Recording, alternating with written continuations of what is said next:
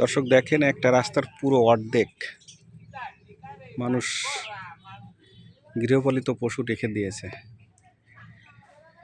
মানুষের জীবন কত কষ্টের, এই রাস্তাটায় মানুষ যেতে পারে না, অথচ অর্ধেক গৃহপালিত পশুর বসবাস এখানে।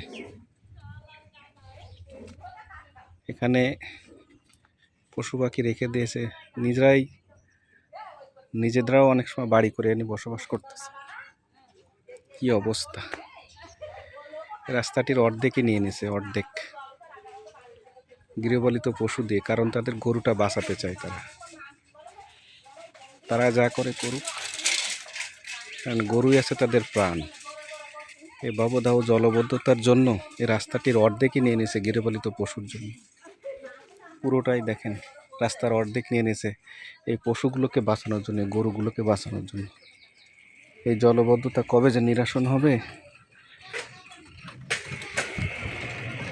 চলাচলে কত কষ্ট দেখেন। জলবদ্ধতা নিরসন না পর্যন্ত এদের এই কষ্ট কখনোই যাবে না। আপনাদের এই গরু রাস্তার পরে কি পানি উঠে গেছে? তাই পানি উঠার কারণে, এই গরু রাস্তার পর পানি উঠার কারণে এই গৌরী রাত্রি তো চৌকি দিতে হয় না? ও,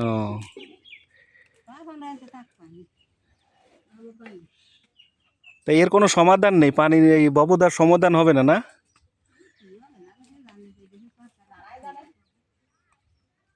কত বড় মানবতার জীবন যাপন! যে মানুষও তো বসবাস করতেছে ওই যে রাস্তার পরে।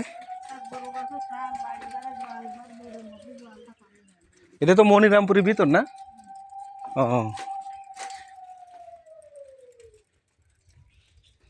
কাকিমা কি করেন? কি এই যে রান্না করতে হবে রাস্তার পরে? কি বাড়ি পানি উঠে গেছে এই জন্যই?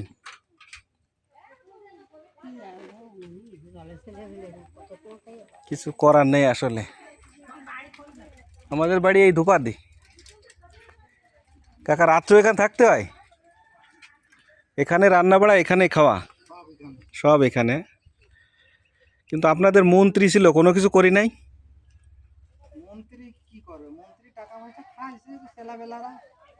প্রধানমন্ত্রী তো আসতে চাইছিল এখানে, যে আমি যাবো বাবুদা দেখতে, কিন্তু তো তারা আসতে দেওয়া হয়নি।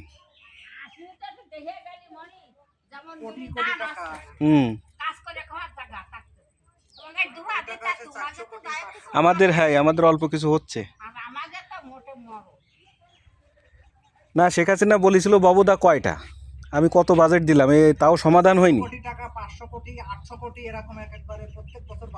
হ্যাঁ, আসলে দেশের প্রধানমন্ত্রীরা সবকিছু দেয়, নিচের লোকেরা দেয় না। কি কষ্টের জীবনে, যে এখানে রাত কাটাতে হবে, এখানে পশুর সাথে রাত্রে থাকতে হবে।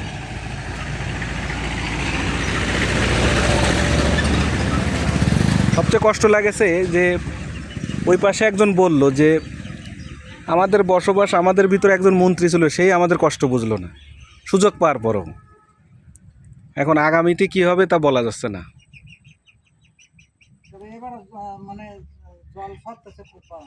দ্রুত সরতেছে।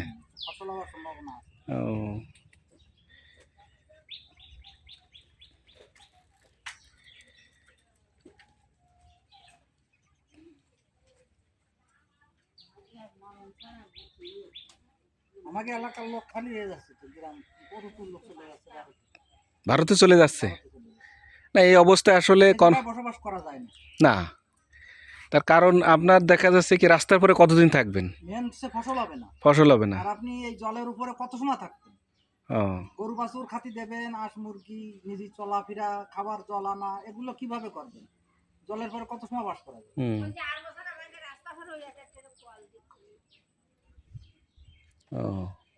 ওই যে টিউবওয়েল, এইভাবে তো বাস করা সম্ভব না। না, এই কয়েকের মধ্যেই চলে যাবেন 10 করতে এখান থেকে। তো কর্মসংস্থানও আপনার অভাব। তারপরে আর একটা বিষয় আছে কি, এখানে আপনি পুরুষ মানুষ থাকলেন, মেয়ে মানুষ নিয়ে তো রিস্ক। এই যে আমার কটা গরু আছে, এই গরুগুলো তো এই জায়গায় রাখিয়ে বাড়ি থাকা যাবে না। না, না, এটা গাড়ি নিয়ে উঠে নিয়ে গেল। হ্যাঁ, দুপাদিতে চুরি হয়েছে, 2-3টা চুরি হয়েছে, গাড়ি নিয়ে উঠাই নিয়ে চলে গেছে। হ্যাঁ হ্যাঁ, দুপা দিয়েই তো আমাকে এই যে রৌপ মোল্লার এলাকা, রৌপ মোল্লার বাড়ির পাশে। হ্যাঁ, রৌপ মোল্লার বাড়ির পাশে হয়তো আমাকে এলাকার লোক না, দুপা দি সরকুলা সব তোমরা একই এলাকা। অনেক রিপোর্ট হচ্ছে কিন্তু কোনো কাজে আসতেছে না। কাজে আসে তাই না। এই যে সাধারণত এই যে পাশাকড়ি খিয়াঘাটে যে ব্রিজটা হয়েছে আজকে হয়নি কিন্তু। না না না, ওই জায়গায় লোহার ব্রিজ দেওয়ার কথা ছিল, দেশে কাঠের ব্রিজ। হুম। ওই জায়গায় কয়েক কোটি টাকা শুধু ব্রিজের জন্য স্যাংশন হয়েছে। ও এবারে সে কাঠের ব্রিজ ভেঙে গেছে, এই ভাঙা রাস্তায় ওই ঘুরে আসতেছে লোক, খুব চাপ এই রাস্তায়, একটু ঘর বাড়ি মানুষের, তারপরে ওই চাপ। এ তো মন্ত্রী গিয়ে মানে সরকারের কোনো দোষ না, সরকার বাজেট দিচ্ছে, বাজেট দে, কোটি কোটি টাকা বাজেট দে, রাস্তাঘাটের জন্য বাজেট দে। এই রাস্তাটা আজকে কত বছর এইভাবে ফেলানি, এই একটা মেন রোড, মানুষের চলাচলের কত অসুবিধে, সরকার বাজেট দিছে কিন্তু কাজ হয় না। কত কষ্টের এবারে জীবন। কোনো কাজে রাস্তাটা হবে না, সর্বোচ্চ 2 বছর যাবে না, তার মধ্যে আবার ভেঙে ঠেঙে ওকে। ববদাই গেছিলাম, ওখানকার রাস্তাটা বললো ভাই 1 বছরেই নষ্ট করে ফেলবে। তাহলে সরকারের কি দোষ? সরকার তো টাকা দেছে, সরকার আবার ইঞ্জিনিয়ারও দেছে যে রাস্তাটা ভালো হয়েছে কিনা চেক করার জন্য। ইঞ্জিনিয়ারে 2 লাখ 3 লাখ মেরে দিলে ওকে, রাস্তা ওকে হয়ে গেছে। তাহলে সরকার, আমরা সরকারের দোষ দিই। সরকার যেই সরকার আসুক, সরকারের কোনো দোষ না। সরকার স্যাংশন করে, তারপরে যারা আছে তারাই হচ্ছে দেশের ক্ষতি করে। দেশের আইন ব্যবস্থা ভালো না, এই জন্য। এই দেশ বাস্তবতা। দেশের আইন ব্যবস্থা ভালো থাকলে, কত বিদেশে আছে কোনো দুর্নীতি নেই, না, আইন কড়া। এই ভারতেই দেখেন কত কড়া আইন। আইন কড়া, কেউ ঘুষ খালি তার সাজা আছে। আমাকে বাংলাদেশে আছে, বাংলাদেশে মার্ডার করেও কোনো ওই জামিন দিয়ে দিচ্ছে, ফিরিয়ে বেরিয়ে এসে আবার একটা মার্ডার করতেছে, হচ্ছে তাই দেখতেছি। কোনো বিচার আছে আমাকে দেখে? টাকার বিনিময়ে সব হয়, টাকার বিনিময়ে সব হয়। কি একটা জীবন বাবারে। রাস্তার পরে কি থাকা যায়? তারও গরু ঘুমানো যায় না, এই যে এত এত গাড়ি ঘোড়ার চাপ না, এতে ঘুমানো যায় না। সারা রাত জেগে থাকতে না, ওই গাড়ি গেলি একটা গেলি ঘুম ভেঙে যায়, ভোর রাত্রি গাড়ি গেলি ঘুম ভেঙে যায়। এক সময় শুনেছিলাম যে রেল লাইন পাশে ওরা ঘুমাতে পারে না ট্রেনের কারণে। এখন তো সেই তার চেয়ে কষ্ট আপনাদের। ওকে এক অভ্যাস হয়ে গেছে, কিন্তু আমাকে তো অভ্যাস হতে একটু সময় লাগবে। সময় লাগবে, ওকে একটা অভ্যাস হয়ে গেছে। আর জন্মভূমি ছেড়ে সবাই তো যেতে চায় না, কষ্ট ওই জায়গায়, অনেকে বাধ্য হয়ে চলে যাচ্ছে। বাধ্য হয়ে যাচ্ছে, করবে। এখন আপনি কি কাজ করেন? আমি কাজ হচ্ছে এই 4-5টা গরু আছে, এই গরুরই খাতে দিয়ে আর কোনো কাজ করি না। ইস, সংসার চালাতেই তো কষ্ট। তাই একটু দুধ টুধ হয়, তাই কি চলে। কি একটা মানবতার কর্ম আছে, কি করবেন? আমাকে এলাকায় কি কাজ আছে? না, তাই তো। রাজমিস্ত্রি কাজ, তাই এই জলের কারণে মানুষ করে না। না, রঙের কাজ চলে না, টাউন বাজারে চলে। তারপরে এই মাছ ধরা কাজ তো ওই 2-1 মাস চলে, ব্যাস, আর কাজ কাজ নেই। এই যে বাচ্চারাও থাকে মনে হয়, সব কি অবস্থা, এমন একটা পরিবেশ। আর যাকে পাকা ঘর বাড়ি ঠাড়ি আছে, তারা অবশ্য বাড়ি থাকে, এই উঁচু ছাদের পরে থাকে না, পুতা টুতা সব উঁচু, যারা করতেছে উঁচু করিয়ে করতেছে, তারা বারান্দা দিয়ে ঘর দিয়ে বেড়াতে পারে। কিন্তু যাকে পাকা ঘর বাড়ি নেই, কাঁচা, আমার কাঁচা ঘর বাড়ি, এবারে তাতে জল এসে গেছে, তাহলে সে জায়গায় তো বাস করা যায় না।